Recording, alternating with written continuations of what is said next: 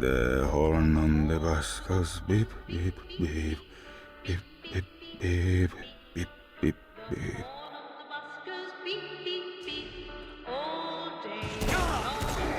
Easy.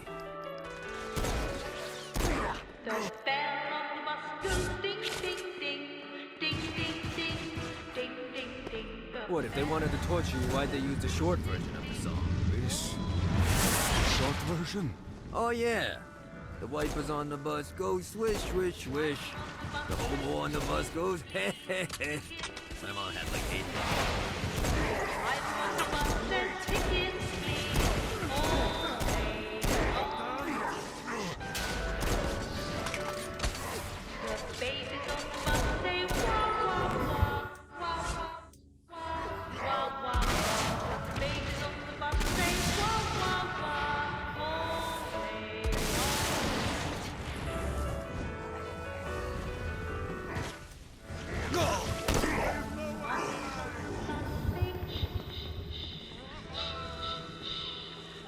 Suffering begins!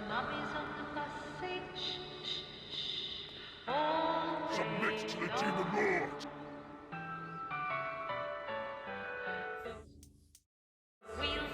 Bring me!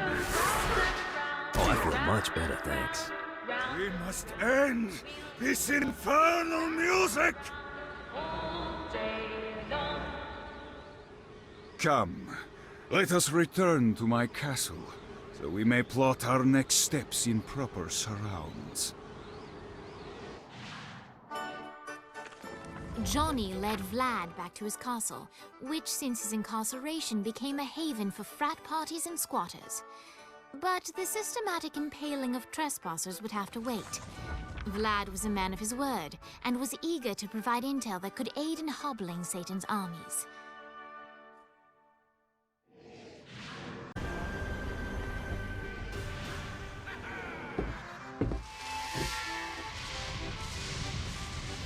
Abandoned ship!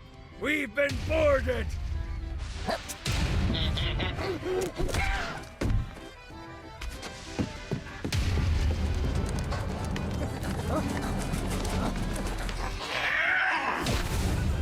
Get these damn things off my ship!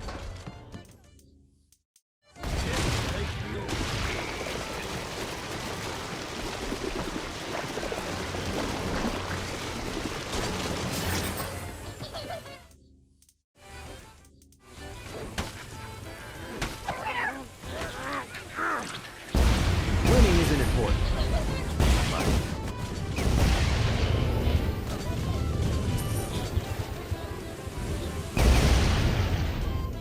I got a bit of treasure in that chest over there. The weapon you find inside may help with our little imp problem.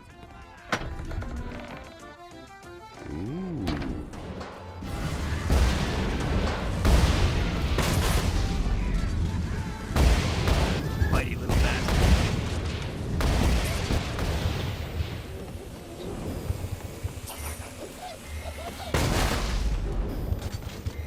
I summoned these imps to serve as my crew. I forgot what a handful they could be. Once aboard, they wouldn't listen to their captain. They ran amok in the bowels of the ship.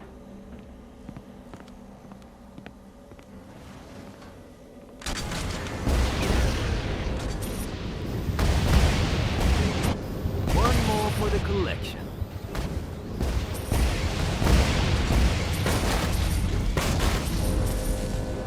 Good God, they're swarming me! It's okay to drop the pirate voice. What pirate voice would that be? Wow.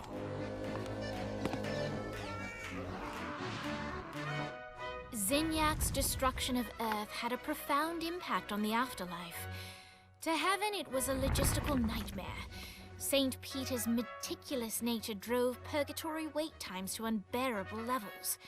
Meanwhile, in hell, where souls in pain were used as currency, it created a new era of prosperity for the wickedly enterprising.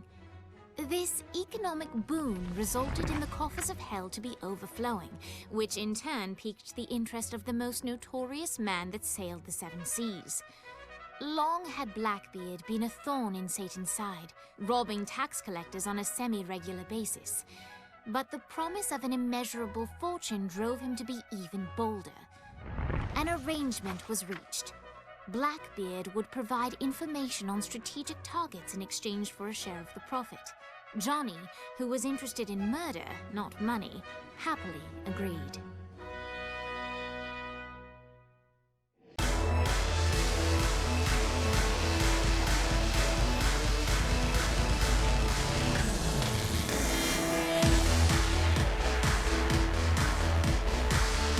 Lights up.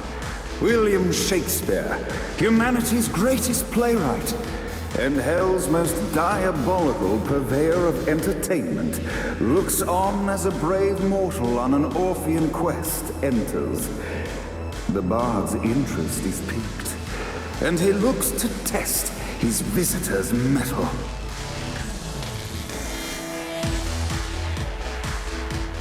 The masked tragedies were used to enemies cowering as they approached, but soon they realized that they faced a foe with courage and nobility, traits uncommon in the fires of perdition.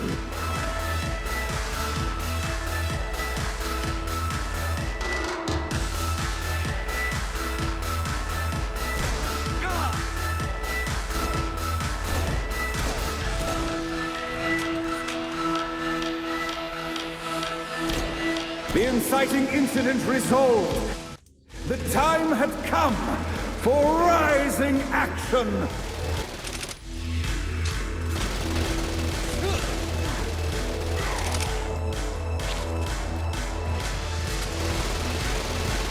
The battle raged on below, and as bullets and blood flew, the bard arched a curious eyebrow. Could this mortal be the exact thing that Shakespeare needed? All right. And now, Act 3!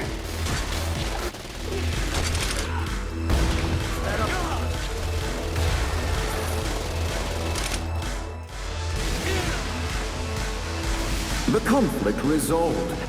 Shakespeare eagerly awaited meeting the champion that dispatched so many of his men. Undoubtedly, they were here for the bard's aid.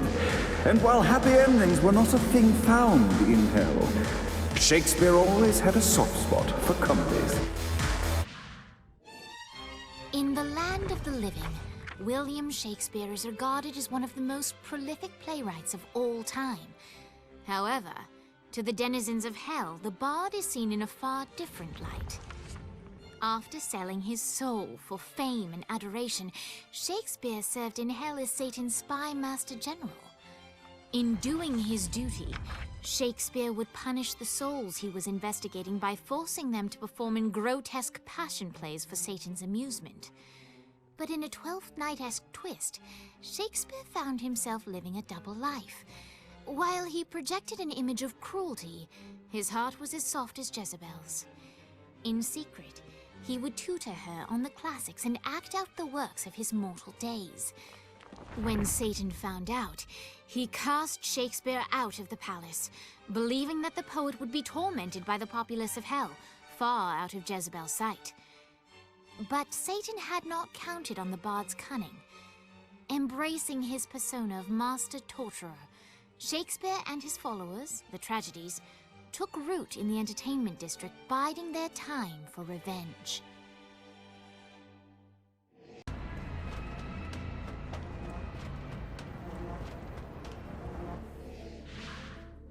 We're standing in a parking garage. I don't like it either, but Centerpool isn't giving us many options. I can't believe they tried to force us out. I can't believe you forgot the mimosas. I think we have bigger problems. I don't think you realize how much I love mimosas. I can't help but notice that people are trying to kill you. Yeah, they're really big on that here. What did you do? Is now really a good time? We can wait until we're done shooting people. Well, I'm great at multitasking. Remember when we offered you a deal on that airplane, and you responded by killing everyone? Yeah. It's like that, but worse. It's easier every time.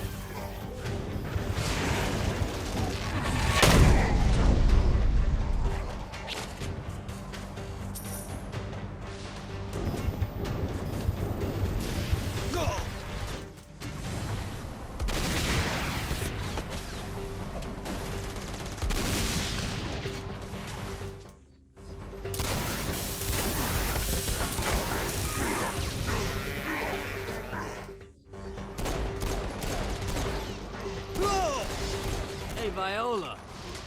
Thought you should know that Kinsey misses you. Really? That's so sweet! Who's Kinsey? You remember Kinsey. She was that hacker that Matt Miller hated. Isn't she crazy? You know, she really grows on you.